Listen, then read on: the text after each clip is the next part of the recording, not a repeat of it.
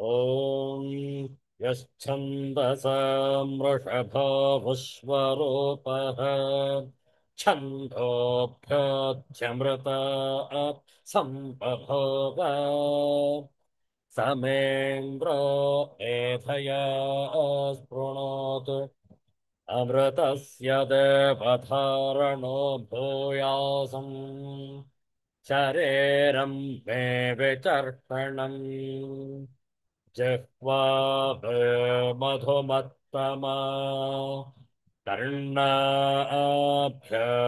भूरिविश्रुवम् ब्रह्मणः कोशोऽसपेथय पिहितः श्रुतं मे गोपाय ॐ शान्तिः शान्तिः हरिः ॐ श्रीगुरुभ्यो नमः हरिः ॐ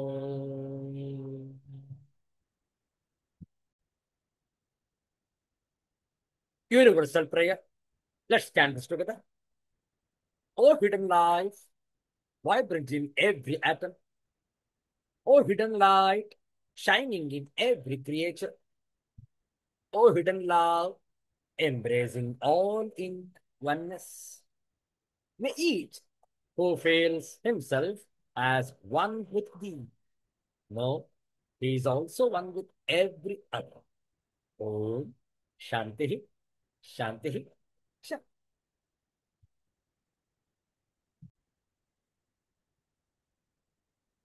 ಇಂದು ಜ್ಯೇಷ್ಠ ಮಾಸದ ಬಹುಳ ದ್ವಾದಶಿ.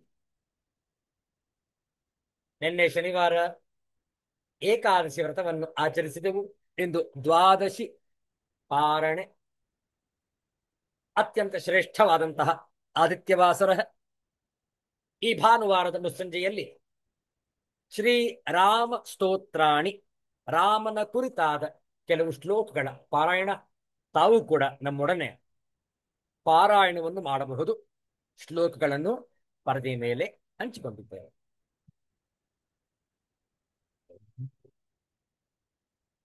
ರಾಮಾಯ ರಾಮಭದ್ರಾಯ ರಾಮಚಂದ್ರಾಯ ವೇಧಸೆ ರಘುನಾಥಾಯ ನಾಥಾಯ ಸೀತಾಯಾಃ ಪತಯೇ ನಮಃ.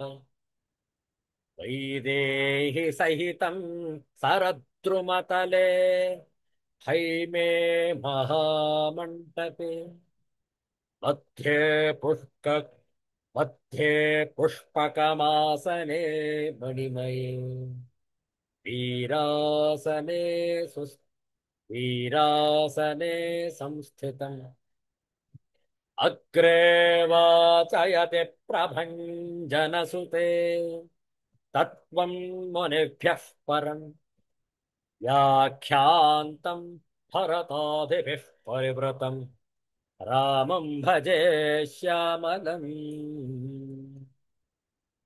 धर्मात्मा सत्यसन्धश्च रामो दाशरथिर्यदि पौरुषे चाप्रतिद्वन्द्वः शरैनं जहि रावणिम्.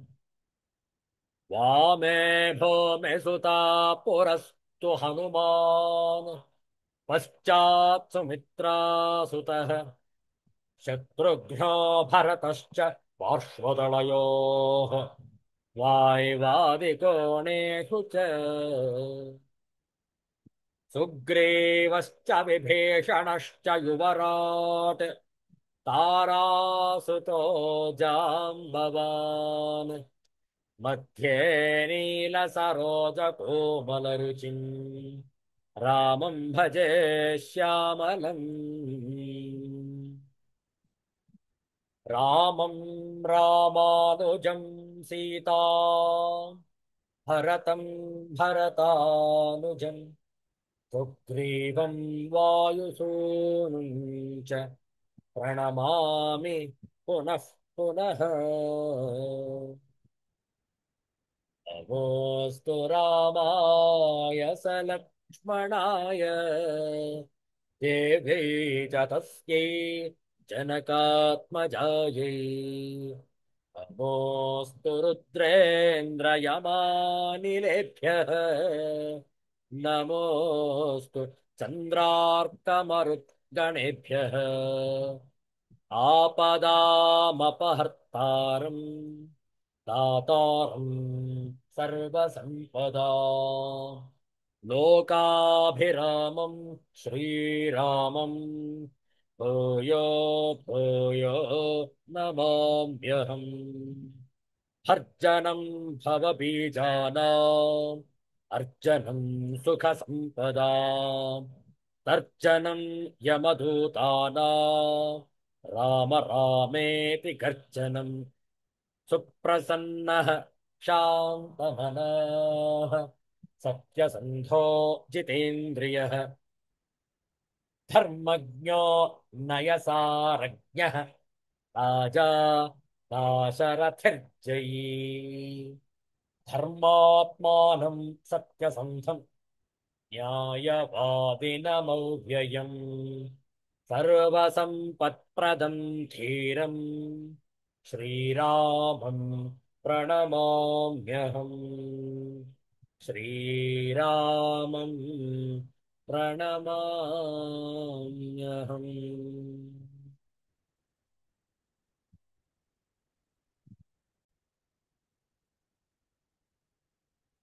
ಆದಿತ್ಯವಾಸರದ ಈ ಶುಭ ಮುಸ್ಸಂಜೆಯಲ್ಲಿ ಗೋವಿಂದನ ಭಜನೆಯನ್ನು ಮಾಡೋಣ. ನಾವು ಹೇಳ್ಕೊಡ್ತೇವೆ ಹಾಗೂ ಪುನರಾವರ್ತಿಸಬಹುದು.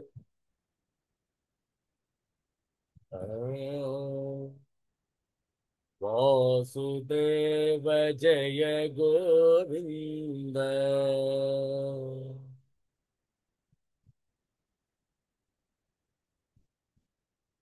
ಪದ್ಮನಾಭ ಜಯ ಗೋವಿಂದ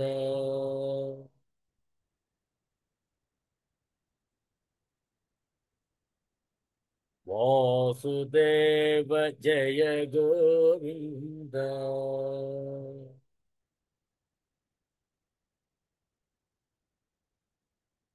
ಉಡುಪಿ ಕೃಷ್ಣ ಗೋವಿಂದ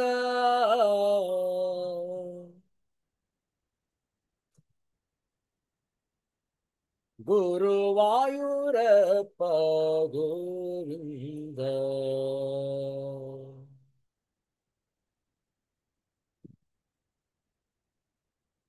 ವಾಸುದೇವ ಜಯ ಗೋವಿಂದ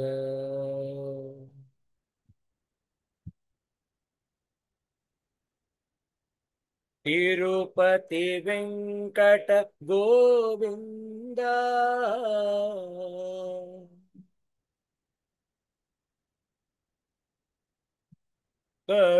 ಕರುಣಾಪೂರ್ಣ ಗೋವಿಂದ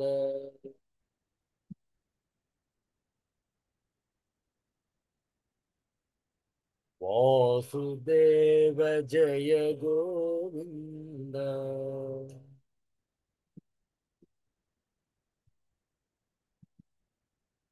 ಬೇಲೂರ ಕೇಶವ ಗೋವಿಂದ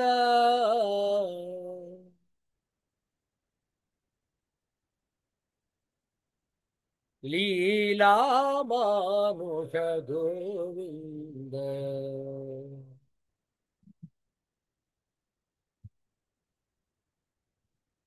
ವಾಸುದೇವ ಜಯ ಗೋವಿಂದ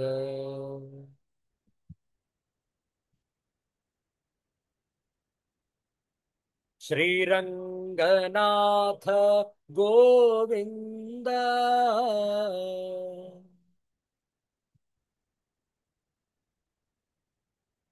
ಜಯ ರಂಗನಾಥ ಗೋವಿಂದ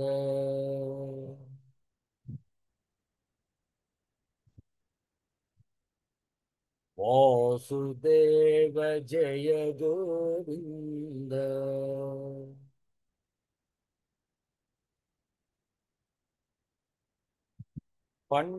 ಪಂಢರಿನಾಥ ಗೋವಿಂದ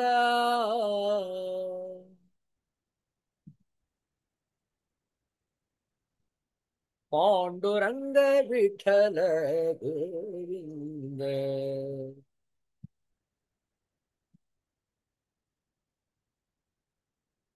वासुदेव जय गोविन्द।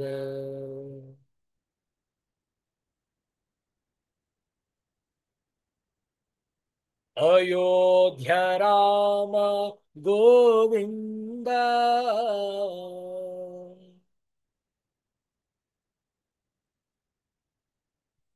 जय जय राम गोविन्द।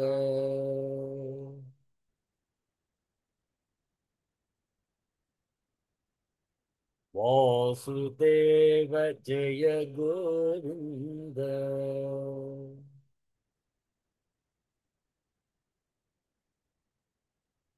अनंत देवेश गोविन्द।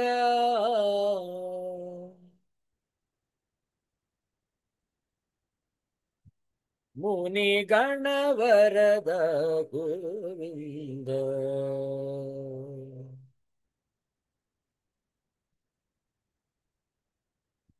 वासुदेव जय गोविन्द।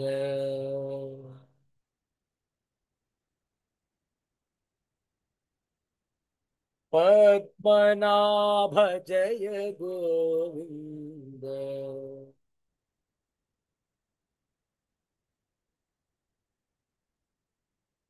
वासुदेव जय गोविन्द।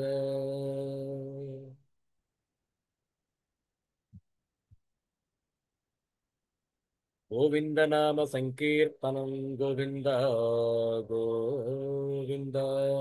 सिद्धान्त अवधूत चिंतन श्री गुरुदेव दत्त। जय जय रघुवीर समर्थ श्री सद्गुरुनाथ महाराज की जय। हर हर नमः पार्वती पतये। हर हर महादेव शंभो। ಶ್ರೀ ಗುರುಭ್ಯೋ ನಮಃ. ಶ್ರೀಮದ್ ಭಗವದ್ಗೀತೆಯ 15ನೇ ಅಧ್ಯಾಯವನ್ನು ಆರಂಭ ಮಾಡಿದ್ದೇವೆ. ಪುರುಷೋತ್ತಮ ಯೋಗ. ಅದರ ಕೆಲವು ಶ್ಲೋಕಗಳ ಪಾರಾಯಣ, ಶ್ಲೋಕಗಳನ್ನು ಪರದೆಯ ಮೇಲೆ ಹಂಚಿಕೊಳ್ತೇವೆ. ನಾವು ಹೇಳಿಕೊಟ್ಟ ನಂತರ ತಾವು ಪುನರಾವರ್ತಿಸಬಹುದು. ತಮ್ಮಲ್ಲಿ ಗ್ರಂಥವಿದ್ದರೆ ತೆಗೆದಿಟ್ಟುಕೊಳ್ಳಿ. ಪುರುಷೋತ್ತಮ ಯೋಗ 15ನೆಯ ಅಧ್ಯಾಯ ಪ್ರಾರಂಭದ 5 ಶ್ಲೋಕಗಳ ಪಾಠ. ಓಂ ಶ್ರೀ ಪರಮಾತ್ಮನೇ ನಮಃ.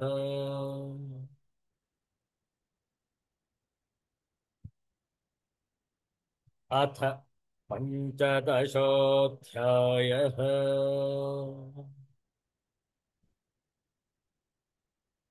पुरुषोत्तमयोगः.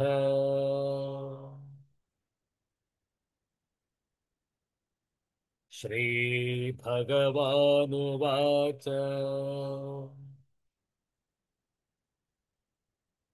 ऊर्ध्वमूलमधः शाखम् अश्वत्थं प्राहुरव्ययम् छन्दांसि यस्य पर्णानि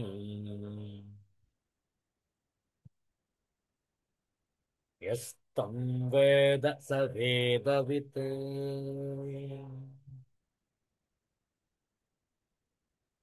अधश्चोर्ध्वं प्रसृतास्तस्य शाखाः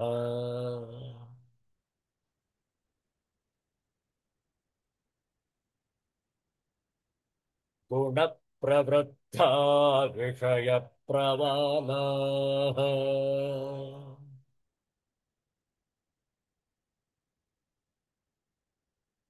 अधश्च मूलान्यनुसन्ततानि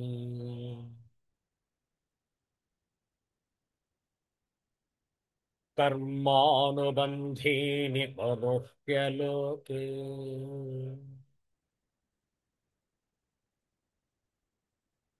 न रूपमस्येह तथोपलभ्यते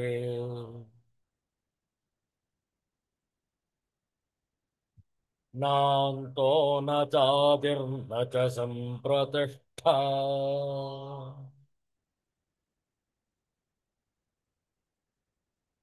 अश्वत्थमेनं सुविरूढमूलम्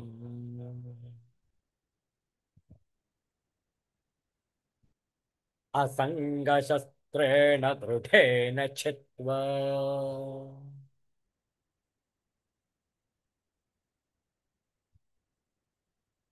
ततः पदं तत्परिमार्गितव्यम्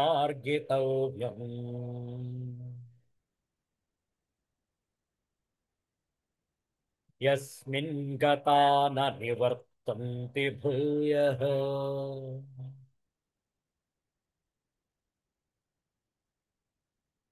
तमेव चाद्यं पुरुषं प्रपद्ये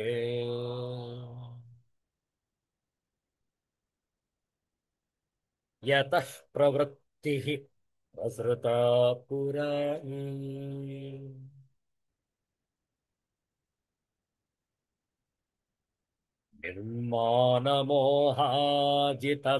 निर्मानमोहाजितसङ्गदोषः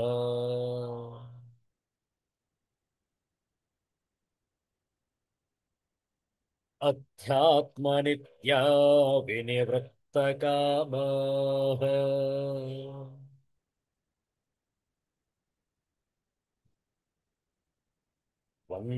द्वन्द्वैर्विमुक्ताः सुखदुःखसंज्ञैः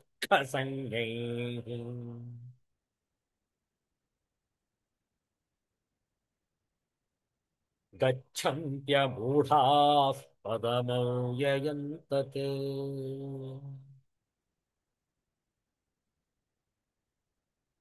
ॐ शान्तिः शान्तिः शान्तिः हरिः ॐ श्रीगुरुभ्यो नमः हरिः ॐ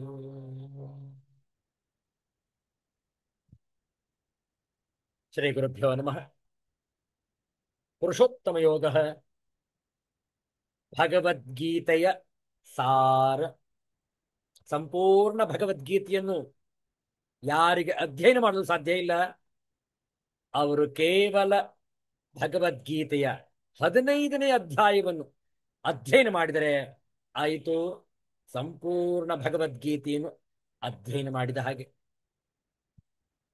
ಆಗಲೇ ಮೊದಲನೆಯ ಶ್ಲೋಕವನ್ನು ನಾವು ಚರ್ಚಿಸಿದ್ದೇವೆ ಆದರೆ ವಿವರಣೆಯನ್ನು ನೋಡಬೇಕಾಗಿದೆ ಶಾಂಕರ ಭಾಷ್ಯವನ್ನು ಅಧ್ಯಯನ ಮಾಡಬೇಕಾಗಿದೆ ಅದಕ್ಕೂ ಮೊದಲು ಪರದೆಯ ಮೇಲೆ ಕಾಣುತ್ತಿರುವಂತಹ ಹಿಂದಿಯ ಭಾವಾನುವಾದ ಹಾಗೂ ಆಂಗ್ಲ ಭಾಷೆಯ ಭಾವಾನುವಾದವನ್ನು ನೋಡೋಣ ಮೊದಲಿಗೆ ಮೂಲ ಶ್ಲೋಕ ಊರ್ಧ್ವ ಮೂಲ ಮಧಶಾಖಂ ಅಶ್ವತ್ಥಂ ಪ್ರಾಹು ಅವ್ಯಯಂ ಛಂದಾಂಸಿ ಯಸ್ಯ ಪರ್ಣಾನಿ ಯಹ ತಂ ವೇದ ಸಹ वेदविद भगवान ने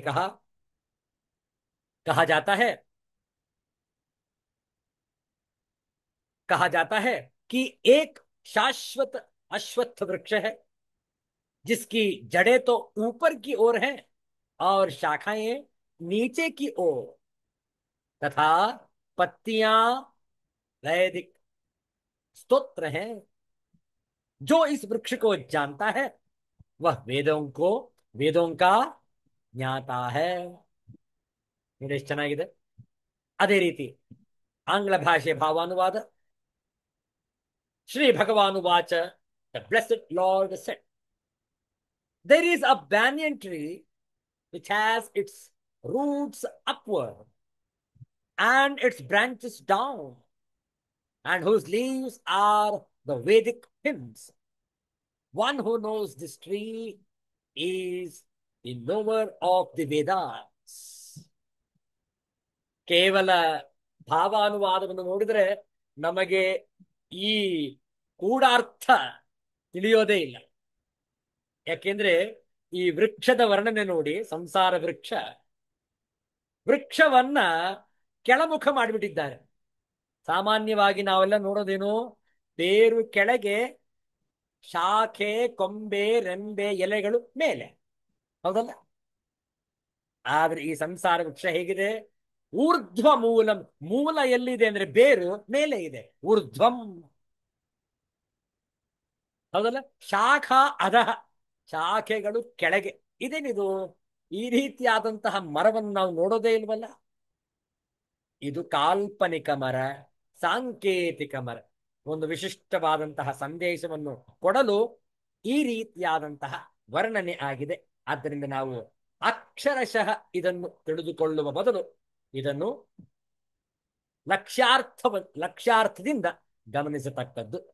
ನೋಡುವ ಈ ಮೊದಲ ಶ್ಲೋಕದ ಗೂಢಾರ್ಥವೇನು, ಆನಂತರ ಶಾಂಕರ ಭಾಷ್ಯವನ್ನು ಕೂಡ ನೋಡೋಣ. ಈ ಅಧ್ಯಾಯದಲ್ಲಿ ಸಗುಣ ಪರಮೇಶ್ವರನ ಗುಣ, ಮಹಿಮೆ ಮತ್ತು ಸ್ವರೂಪದ ವರ್ಣನೆ ಇದೆ.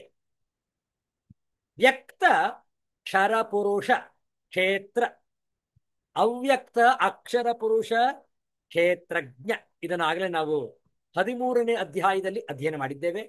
ಮತ್ತೊಮ್ಮೆ ಇಲ್ಲಿ ಮೆಲುಕು ಹಾಕ್ತಾ ಇದ್ದೇವೆ.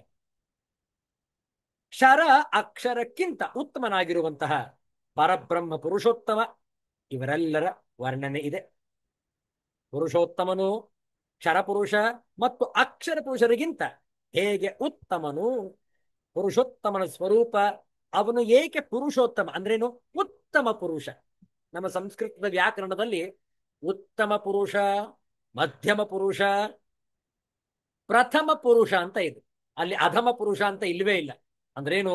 ಪ್ರತಿಯೊಬ್ಬ ಮಾನವನು ಕೂಡ ಉತ್ತುಂಗದ ಶಿಖರದಲ್ಲಿ ಸಾಧನೆಯನ್ನು ಮಾಡಿ ತನ್ನ ಸಾರ್ಥಕ್ಯವನ್ನು ಗಳಿಸಬಹುದು ಅನ್ನುವಂತಹ ಉದ್ದೇಶದಿಂದ ನೋಡಿ ಹೇಳ್ತಾ ಇದ್ದಾರೆ. ಉತ್ತಮ ಪುರುಷ, ಪುರುಷೋತ್ತಮ. ಸಂಸ್ಕೃತ ವ್ಯಾಕರಣದಲ್ಲಿ ಉತ್ತಮ ಪುರುಷ ಯಾರು ಅಂತಂದ್ರೆ ನಾನು ಅಂತ ಹೇಳುತ್ತೆ ಸಂಸ್ಕೃತದ ವ್ಯಾಕರಣ. ಅಹಂ, ಆವಾಂ, ವಯಂ. ಏಕವಚನ, ದ್ವಿವಚನ, ಬಹುವಚನ, ಇದು ಉತ್ತಮ ಪುರುಷದ ಲಕ್ಷಣಗಳು. ಅಹಂ, ಆವಾಂ, ವಯಂ. ನಾನು, ನಾವಿಬ್ಬರು, ನಾವೆಲ್ಲರೂ. ಹಾಗಾದ್ರೆ ಮಧ್ಯಮ ಪುರುಷ ಯಾರು ಅಂದ್ರೆ ತ್ವಂ, ಯುವಾ, ಯೂಯಂ. ನೀನು, ನೀವಿಬ್ಬರು, ನೀವೆಲ್ಲರೂ ಮಧ್ಯಮ ಪುರುಷ.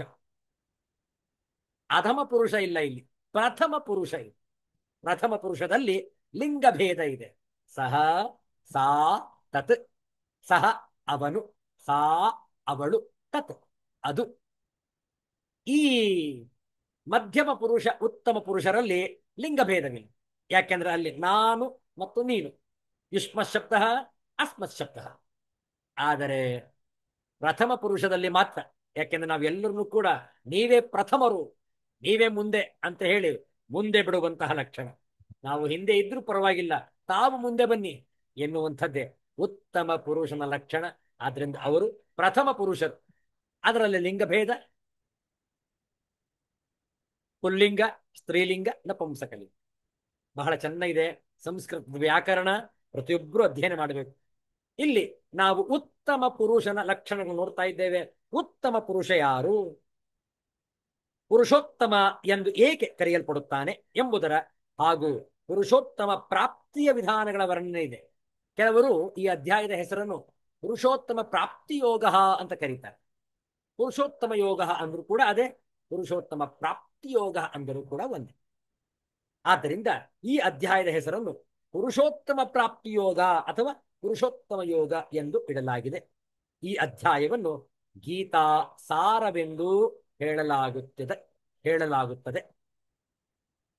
14ನೇ ಅಧ್ಯಾಯದಲ್ಲಿ ಸಗುಣ ಪರಮೇಶ್ವರನ ಅವ್ಯಭಿಚಾರಿ ಭಕ್ತಿ ಯೋಗವು ಬ್ರಹ್ಮಭಾವವನ್ನು ಹೊಂದಲು ಯೋಗ್ಯನಾಗುವ ಉಪಾಯವೆಂದು ಹೇಳಲಾಗಿದೆ. ಆಗಲೇ ನಾವು ಗುಣತ್ರಯ ವಿಭಾಗ ಯೋಗವನ್ನು ಸುದೀರ್ಘವಾಗಿ ಚರ್ಚೆ ಮಾಡಿದ್ದೇವೆ. ತನ್ನ ದೇಹೇಂದ್ರಿಯ ಮನೋಬುದ್ಧಿಗಳನ್ನು ತಾನೆಂದೇ ಅರಿಯುವ ವ್ಯಭಿಚಾರದಲ್ಲಿ ಸಿಲುಕದೆ ಆ ಸಂಬಂಧಗಳನ್ನು ಕತ್ತರಿಸಿ ಹಾಕಿ ಅನನ್ಯ ಪ್ರೇಮದಿಂದ ಕೂಡಿದ ಅವ್ಯಭಿಚಾರಿ ಭಕ್ತಿಯನ್ನು ಉಂಟು ಮಾಡುವ ಉದ್ದೇಶದಿಂದ ಈ ಅಧ್ಯಾಯದಲ್ಲಿ ಪುರುಷೋತ್ತಮನ ಗುಣ ಮತ್ತು ಪ್ರಭಾವಗಳ ವರ್ಣನೆಯನ್ನು ಮತ್ತು ಅವನನ್ನು ಹೊಂದುವ ಮಾರ್ಗವನ್ನು ಉಪದೇಶಿಸಲಾಗಿದೆ.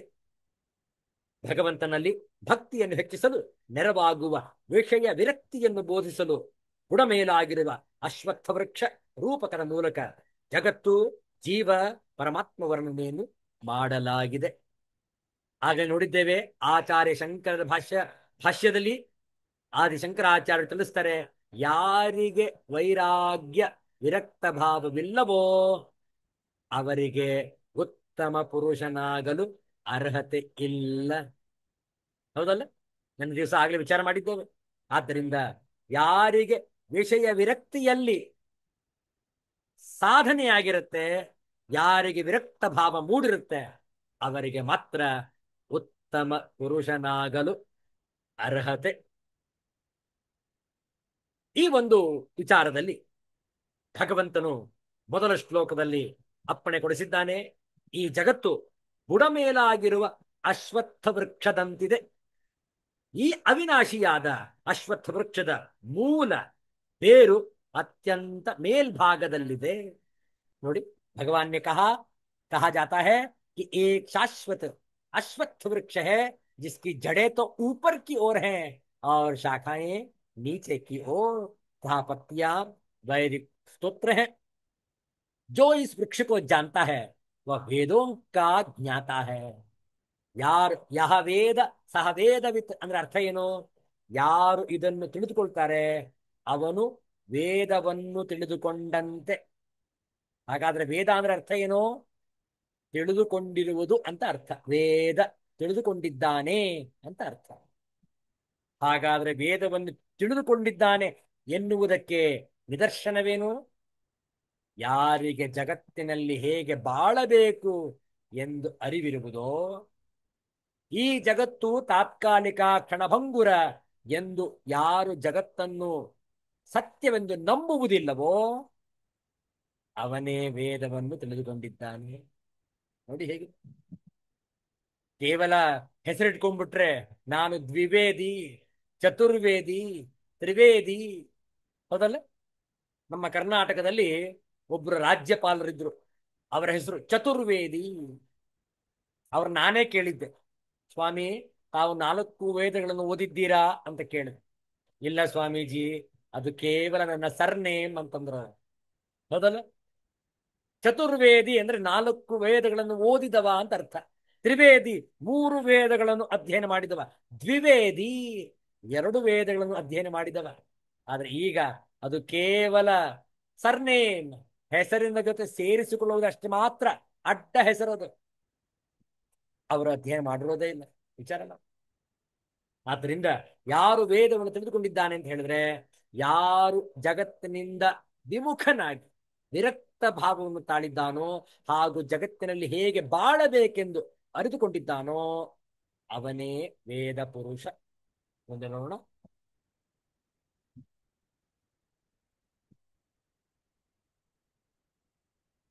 ಇದರ ವಿವರಣೆ ಈ ರೀತಿ ಇದೆ. ಮೊದಲ ಶ್ಲೋಕದ ವಿವರಣೆ ಈ ರೀತಿಯಲ್ಲಿದೆ. ಪರಬ್ರಹ್ಮನ ಪರಮಧಾಮವು ಸಮಸ್ತ ಭೌತಿಕ ಪ್ರಪಂಚಕ್ಕಿಂತ ಅತ್ಯಂತ ಉನ್ನತ ಸ್ಥಾನದಲ್ಲಿದೆ. ಆದ್ದರಿಂದ ಊರ್ಧ್ವಂ, ಉನ್ನತ ಸ್ಥಾನದಲ್ಲಿದೆ. ಇಲ್ಲಿ ಮೇಲೆ ಅಂತ ಅರ್ಥ ಮಾಡಬಾರದು. ಮೇಲೆ ಅಂತಂದ್ರೆ ಎಲ್ಲರೂ ಕೂಡ ಆಕಾಶ ನೋಡ್ಬಿಡ್ತಾರೆ, ಭಗವಂತ ಆಕಾಶದಲ್ಲಿದ್ದಾನೆ. ಹಾಗಲ್ಲ, ಮೇಲೆ ಇದ್ದಾನೆ ಅಂದ್ರೆ ಉತ್ತಮ ಸ್ಥಿತಿಯಲ್ಲಿ ಉನ್ನತ ಸ್ಥಾನದಲ್ಲಿ ಇದ್ದಾನೆ ಅನ್ನುವುದು ಇದರ ಭಾವಾರ್ಥ. ಆದ್ದರಿಂದ ಸಂಸಾರ ವೃಕ್ಷವು ಊರ್ಧ್ವ ಮೂಲವಾಗಿದೆ. ಈ ಸಂಸಾರ ವೃಕ್ಷದಲ್ಲಿ ಅತ್ಯುನ್ನತ ಸ್ಥಾನದಲ್ಲಿರುವ ಪರಬ್ರಹ್ಮನು ಜಗತ್ತಿನ ಮೂಲ ಕಾರಣನು, ಮೂಲ ಆಧಾರನು. ಮೇಲೆ ಇರುವ ಬೇರಿಗಿಂತ ಸ್ವಲ್ಪ ಕೆಳಗೆ ವೃಕ್ಷದ ಪ್ರಧಾನ ಕಾಂಡವು ಇದೆ. ಅತ್ಯುನ್ನತ ಸ್ಥಾನದಲ್ಲಿರುವ ಪರಮಧಾಮಕ್ಕಿಂತ ಸ್ವಲ್ಪ ಕೆಳಗಿನ ಬ್ರಹ್ಮಲೋಕದಲ್ಲಿ ಪರಬ್ರಹ್ಮನ ಆದಿ ಸಂಕಲ್ಪದಿಂದ ಮೊಟ್ಟ ಮೊದಲು ಉದ್ಭವವಾದ ಹಿರಣ್ಯಗರ್ಭನು ನೆಲೆಸಿದ್ದಾನೆ. ಇವನು ಪರಬ್ರಹ್ಮನಿಂದಲೇ ತನ್ನ ಅಸ್ತಿತ್ವವನ್ನು ಪಡೆದು ಪರಬ್ರಹ್ಮನ ಶಾಸನದಲ್ಲಿಯೇ ಇರುತ್ತಾನೆ. ಅವನೇ ಆ ವೃಕ್ಷದ ಕಾಂಡ ಬ್ರಹ್ಮ. ಮೇಲೆ ಕೆಳಗೆ ಮಧ್ಯ ಎಲ್ಲ ಕಡೆ ಹರಡಿಕೊಂಡಿರುವ ಅನೇಕ ಕೊಂಬೆಗಳಿವೆ. ಇಲ್ಲಿ ವೇದಗಳು ಅಂತ ತಿಳಿಸ್ತಾರೆ. ವೃಕ್ಷದ ಪ್ರಧಾನ ಕಾಂಡದಿಂದ ಎಲೆಗಳಿಂದ ಕೂಡಿದ ಕೊಂಬೆ ರೆಂಬೆಗಳು ಬೆಳೆದು ಮೇಲೆ ಕೆಳಗೆ ಎಲ್ಲೆಡೆ ಹೇಗೆ ಹರಡುತ್ತವೆಯೋ ಹಾಗೆಯೇ ಹಿರಣ್ಯಗರ್ಭನಿಂದ ಸೃಷ್ಟಿಸಲ್ಪಟ್ಟ ದೇವ, ಮನುಷ್ಯ, ಪಶು, ಪಕ್ಷಿ, ಕ್ರಿಮಿ, ಕೀಟ ಮುಂತಾದ ಅನೇಕ ಯೋನಿಗಳಿಂದ ಕೂಡಿದ ಮಹತ್ ಬ್ರಹ್ಮವು ಬ್ರಹ್ಮಲೋಕದಿಂದ ಹಿಡಿದು ಪಾತಾಳದವರೆಗಿನ ಎಲ್ಲಾ ಲೋಕಗಳೊಂದಿಗೆ ಎಲ್ಲ ಕಡೆಗಳಲ್ಲಿಯೂ ಹರಡಿಕೊಂಡಿದೆ.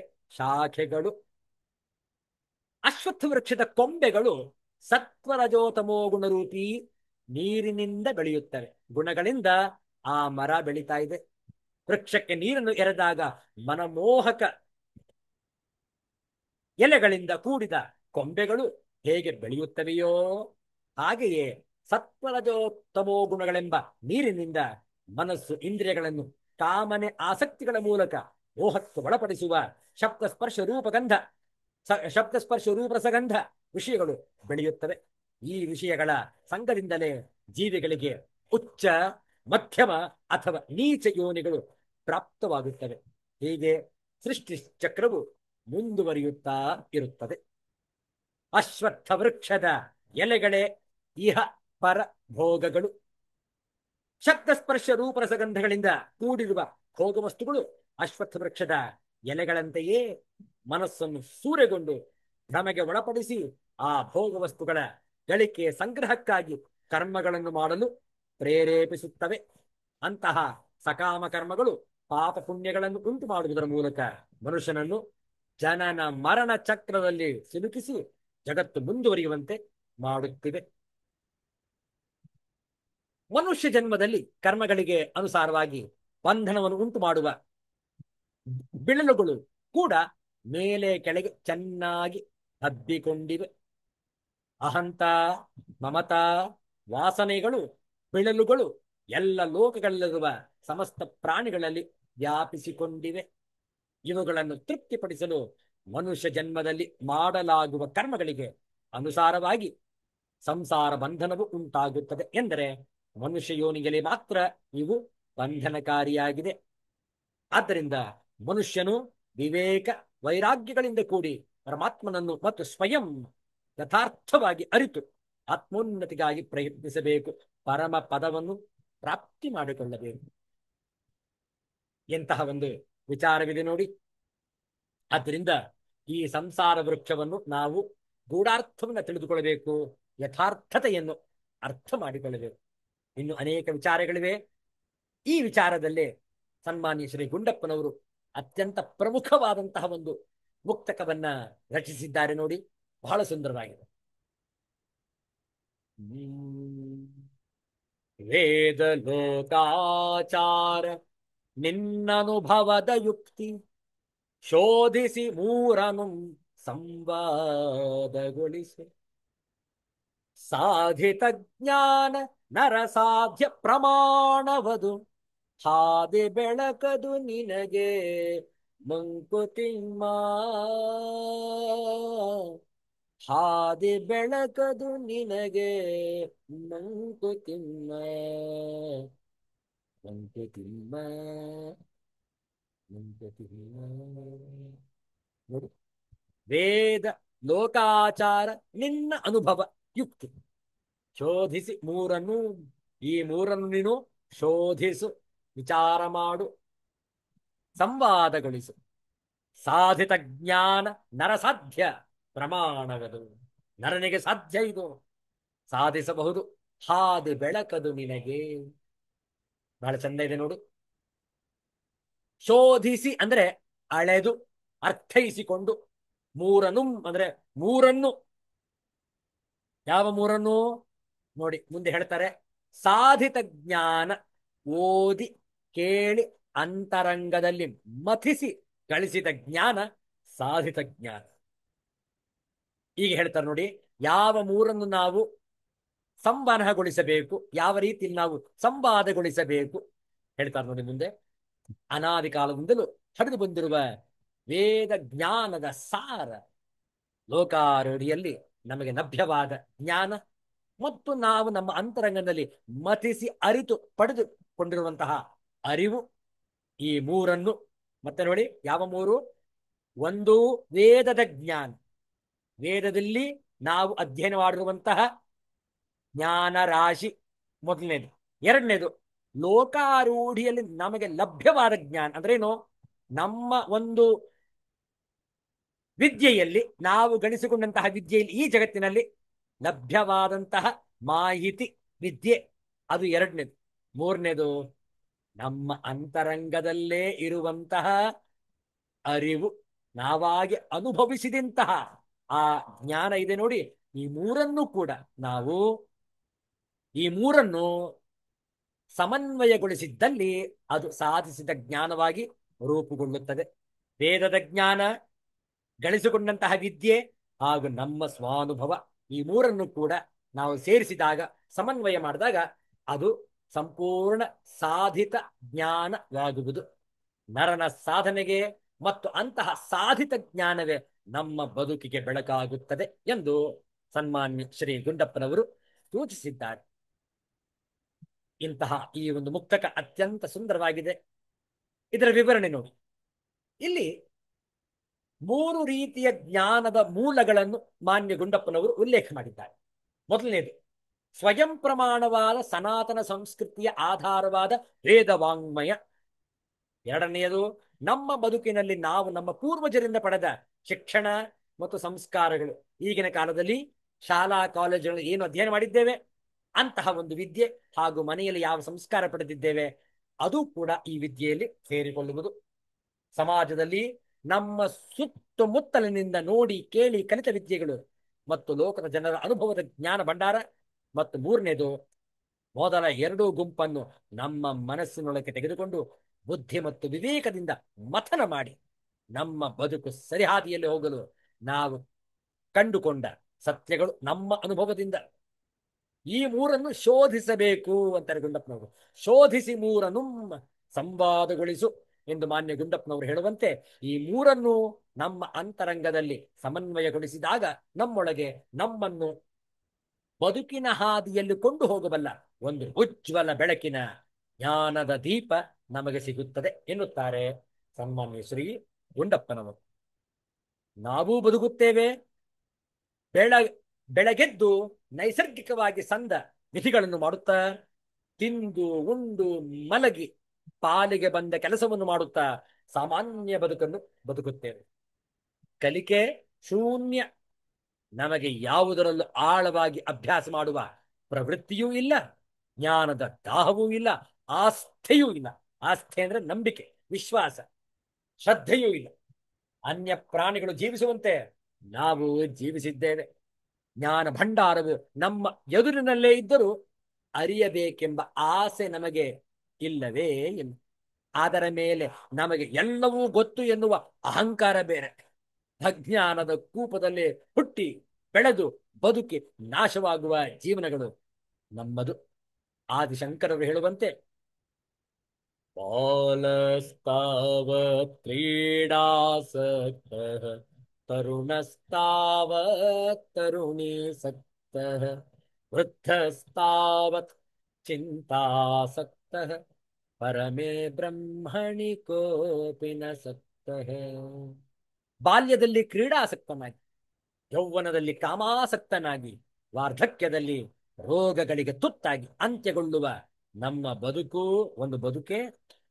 ಮಾನ್ಯ ಗುಂಡಪ್ಪನವರು ಹೇಳುವಂತೆ, ಅರಿವು ಪಡೆಯುವ ಕೆಲಸ ನಮ್ಮದಾದರೆ ಆ ಅರಿವು ನಮ್ಮ ಬದುಕಿನ ಸಾರ್ಥಕ್ಯಕ್ಕೆ ಹಾದಿ ಬೆಳಕಾಗುತ್ತದೆ. ಅಂತಹ ಪ್ರಯತ್ನವನ್ನು ಮಾಡಿದರೆ, ಜನ್ಮ ಜನ್ಮಾಂತರದಲ್ಲೂ ಆ ಪ್ರಯತ್ನ ನಿರಂತರವಾಗಿ ನಡೆದರೆ ಎಂದೋ ಒಂದು ದಿನ ನಮಗೆ ಅಜ್ಞಾನದಿಂದ ಮುಕ್ತಿ ಸಿಗಬಹುದು. ನೋಡಿ, ಇಷ್ಟು ಆಂತರ್ಯವಿದೆ ಸಂಸಾರ ವೃಕ್ಷದಲ್ಲಿ ಪುರುಷೋತ್ತಮ ಯೋಗದ ಮೊದಲ ಶ್ಲೋಕದಲ್ಲಿ. ಇದರ ಆಂತರ್ಯವನ್ನು ಮತ್ತಷ್ಟು ತಿಳಿದುಕೊಳ್ಳೋಣ. ಮುಂದಿನ ವಾರ ಮತ್ತೆ ಭೇಟಿಯಾದಾಗ ಈ ಅಧ್ಯಯನವನ್ನು ಮುಂದುವರಿಸೋಣ. ಶಾಂತಿ ಮಂತ್ರ. ಓಂ ಪೂರ್ಣಮದಃ ಪೂರ್ಣಮಿದಂ ಪೂರ್ಣಾತ್ ಪೂರ್ಣಮುದಚ್ಯತೆ ಪೂರ್ಣಸ್ಯ ಪೂರ್ಣಮಾದಾಯ ಪೂರ್ಣಮೇವಾವಶಿಷ್ಯತೆ. ಓಂ ಶಾಂತಿ ಶಾಂತಿ ಶಾಂತಿ. ಹರಿ ಓಂ. ಶ್ರೀ ಗುರುಭ್ಯೋ ನಮಃ. ಹರಿ ಓಂ. ಮತ್ತೆ ಭೇಟಿಯಾಗೋಣ. ಎಲ್ಲರಿಗೂ ಒಳಿತಾಗಲಿ. ಎಲ್ಲರಿಗೂ ಶುಭ. ಜೈ ಶ್ರೀ ಗುರುದೇವ.